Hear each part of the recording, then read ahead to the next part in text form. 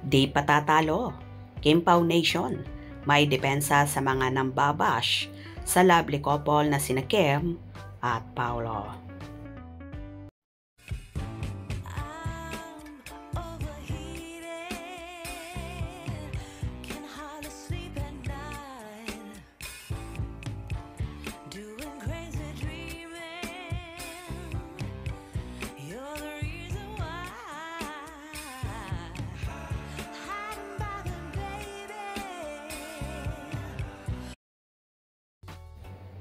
Tila wala nang sasarapa sa pakiramdam kapag ganito ang support na ipinapakita ng inyong mga tagahanga, kagaya na lang ng Kim Pao fandom ni Kim Chiu at Paolo Abilino na handang ipagtanggol ang kanilang mga iniidolo sa pangbabash at pangbabatikos ng mga bashers at kritiko.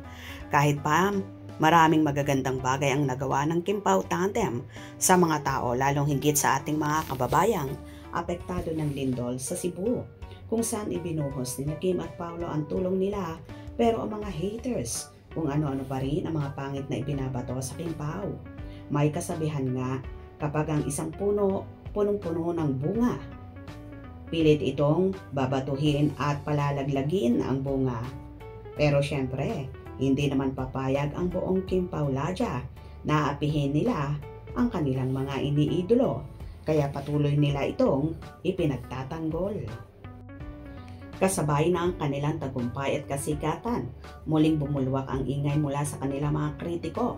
Kamakailan lamang ay nag-viral ang ilang larawan ni Kim at Paolo para sa kanilang mga bagong proyekto.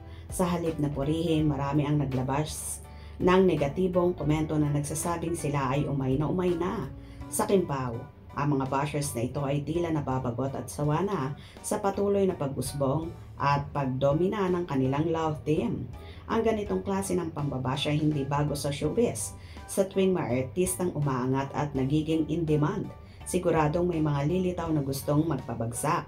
Ngunit ang mabilis at matinding reaksyon ng mga fans ng Kim Pao ang nagpatunay na ang kanilang hukbo ay hindi matitinag.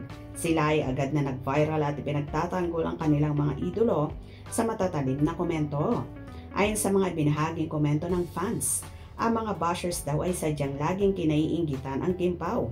May mga fans pa nga na nagkumpara sa ibang mga love team o artista, tulad ng idolo ng mga bashers na si Janine, na sinasabing walang bagong project at nilangaw simula nang maging jowa si Jericho Rosales. Bagamat hindi dapat ikumpara ang mga artista, ang punto ng mga Kim Pao fans ay malinaw. Ang pambabash ay hindi nagmumula sa pagkasawa kundi sa inggit at pagnanais na makita silang bumagsak. Ang kanilang mensahe ay simple, ngunit matindi. Ang kasikatan ng Kim Pao ay produkto ng dedikasyon at totoong chemistry, hindi lamang ng publicity. Handa silang panindigan ang kanilang pagsuporta at patunay ang kanilang idolo ay hindi lang sikat, kundi may kakayahan at puso.